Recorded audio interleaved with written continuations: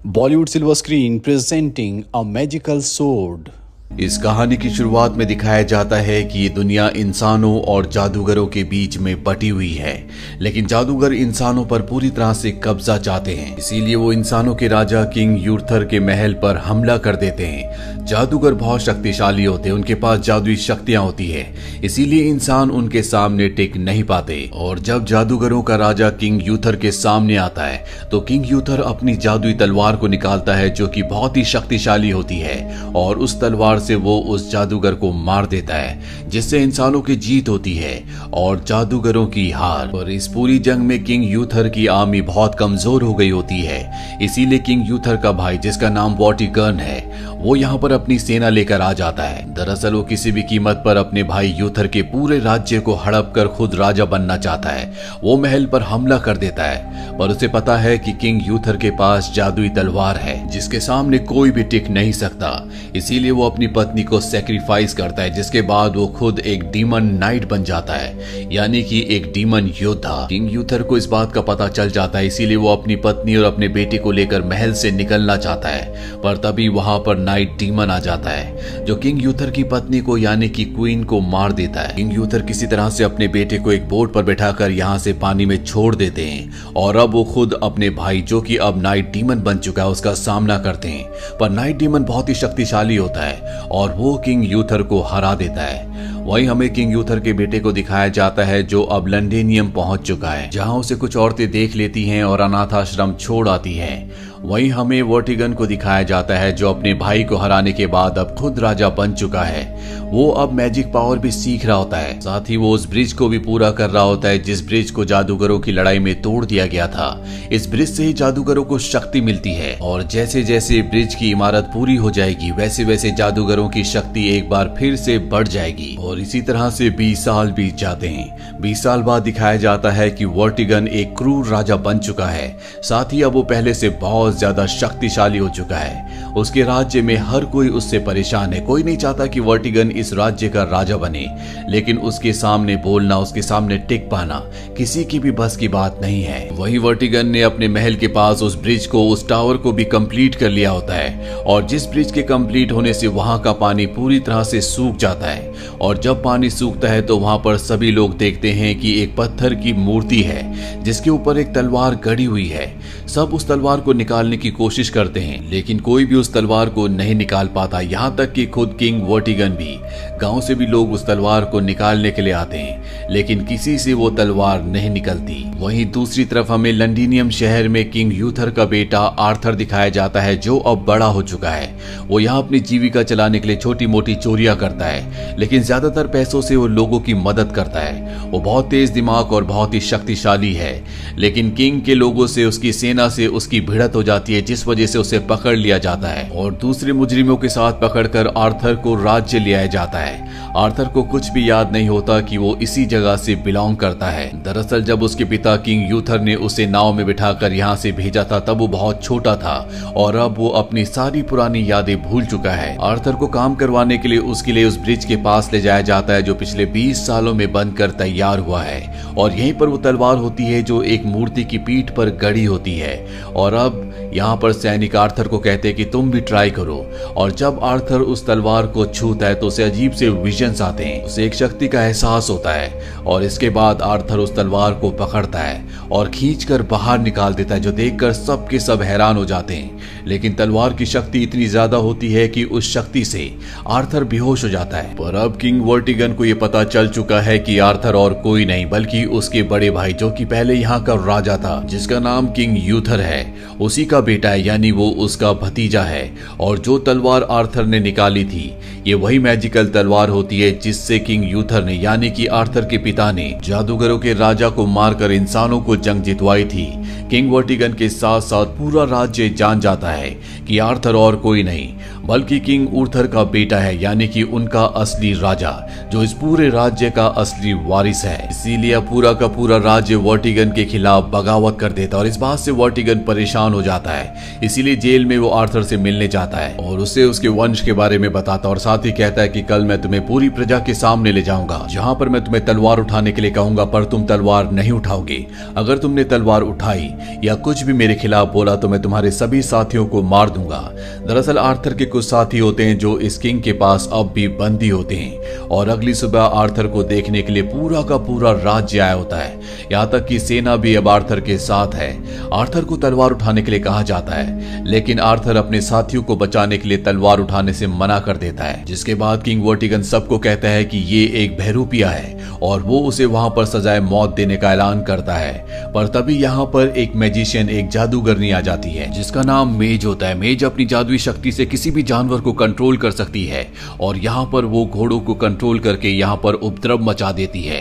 और तभी कुछ लोग यहाँ पर आते हैं। ये वो लोग हैं जो किंग आर्थर के पिता के वफादार थे और आज भी उनके वफादार हैं। वो आर्थर को अपने साथ तलवार लेकर यहाँ से कूद कर निकल जाते हैं। अभी आर्थर को अपने इलाके में ले जाते हैं जो पूरी तरह से सुरक्षित होता है।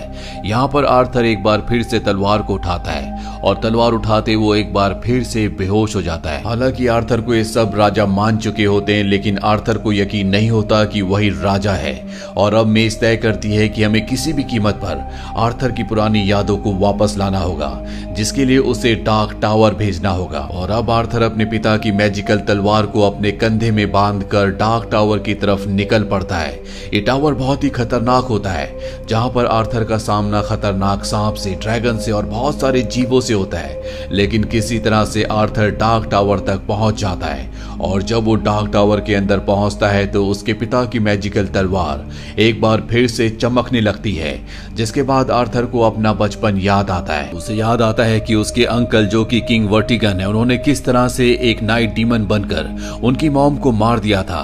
साथ ही उसके पिता ने उसे बचाने के लिए अपनी जान को सेक्रीफाइस किया। दरअसल जब वो नाइट डीमन से लड़ रहे थे तो वो उसका सामना नहीं कर पा रहे थे, इसीलिए उन्होंने जादुई तलवार को हवा में उछाला और खुद उसके नीचे आ गए। वो तलवार उनके शरीर के आर पार हो गई, जिसके बाद उनकी पूरी बॉडी पत्थर की बन गई और वो पत्थर की बॉडी पानी के अंदर गिर गई, जिस वजह से वर्टिगन को तलवार कभी नहीं मिली थी। वो तलवार उस वक्त मिली जब पानी सूख गया था और अब आर्थर को अपनी पूरी जिंदगी याद आ चुकी है। उसे यकीन आ चुका है कि वही असली किंग है। अब वो मेज के साथ वापस आने लगता है। मेज उसे बताती है कि एक वक्त ऐसा भी था जब इंसान और जादूगर आपस में मिलकर रहते थे, लेकिन इसके बाद किंग वर्टिगन ने, जो तुम्हारे पिता का छोटा भाई है, उसने जादूगरों को भड़काया और तुम्हारे पिता के खिलाफ कर दिया। इसके बाद जादूगरों ने डार्क टावर से शक्तियां लेकर तुम्हारे राज्य पर हमला कर दिया, पर मैजिकल तलवार की वजह से जादूगर हार गए और डार्क टावर टूट गया। लेकिन अब वर्टिगन दोबारा से उस डार्क टावर को पूरा करने वाला है और एक बार डार्क टावर पूरा हो गया तो उसके बाद इस तलवार से भी उसे रोका नहीं जा सकता। तुम्हारे पिता ने इस तलवार को खून से जोड़ दिया था, यानी कि उन्हीं के वंश वाले इस तलवार को कंट्रोल कर सकते हैं, उसे चला सकते हैं। और यही कारण था कि तुम्हारे अलावा इस तलवार को कोई भी उस पत्थर की मूर्ति से नहीं खींच पाया। अब आर्थर को जंगल में एक और रॉयल फैमिली मिलती है। आर्थर उन्हें कहता है कि मैं यहाँ का असली राजा हूँ, मैं चाहता हूँ कि तुम मेरा साथ दो।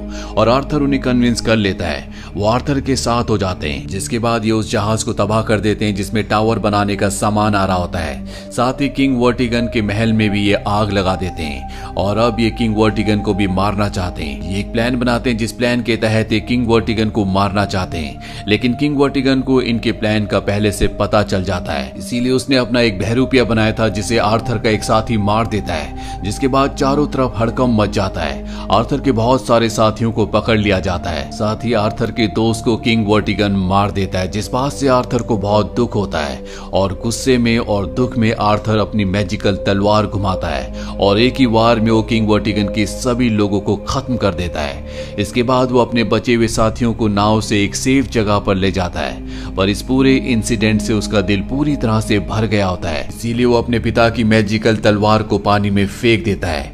पानी के अंदर हमें लेडी ऑफ द लेक को दिखाया जाता है जो तलवार को पकड़ने के बाद आर्थर को भी पानी के अंदर खींच लेती है और उसे भविष्य की दुनिया की झलक दिखाती है, जो दुनिया बहुत ही भयानक होती है, चारों तरफ तबाही होती है। Lady of the lake Arthur को कहती है कि अगर तुमने किंग वर्टिगन को नहीं हराया तो भविष्य की दुनिया ऐसी होगी। अब तुम्हारी जिम्मेदारी है कि तुम उसे हराओ और खुद राजा बनकर भविष्य की दुनिया को पूरी तरह से सुरक्षित करो।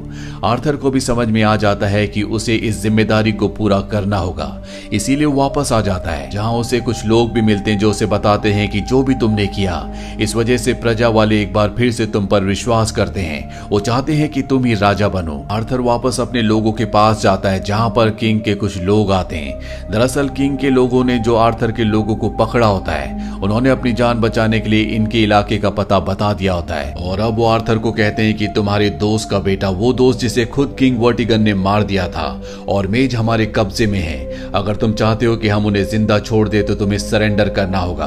आर्थर उन्हें अपनी तलवार देता है और कहता है कि इस तलवार के बदले तुम्हें मेज को छोड़ना होगा और अगली सुबह मैं अपने आप को तुम्हारे हवाले करने आऊंगा, जिसके बदले तुम्हें मेरे दोस्त के बेटे को छोड़ना होगा। किंग वर्टिगन के लोग उस तलवार को किंग वर्टिगन के पास ले जाते हैं, जिसे देखकर वो बहुत खुश होता है क्योंकि वो जानता है कि इस तलवार की शक्तियों के बिना आर्थर कुछ भी नहीं, वो चाहकर भी उसका मुकाबला नहीं कर सकता।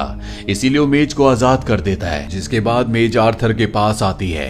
उसके पास एक मैजिकल स्नेक होता है जो आर्थर की प्रोटेक्शन के लिए वो उसकी बॉडी में डाल देती है और अगली सुबह आर्थर किंग वर्टिगन से मिलने पहुंच जाता है, जहां पर किंग वर्टिगन का प्लान होता है कि वो उसी की पिता की मैजिकल तलवार से उसे मार देगा। पर इससे पहले कि वो ऐसा करता, मेज ने जो यहाँ पर स्नेक भेजे थे वो आर्थर की रक्षा करते वो किंग पर हमला कर देते हैं। किंग वर्टिगन मैजिकल तलवार से सांप को मार देता है, लेकिन अब वो तलवार एक पिलर के अंदर फंस जाती है जिसे वो चाहकर भी नहीं निकाल सकता।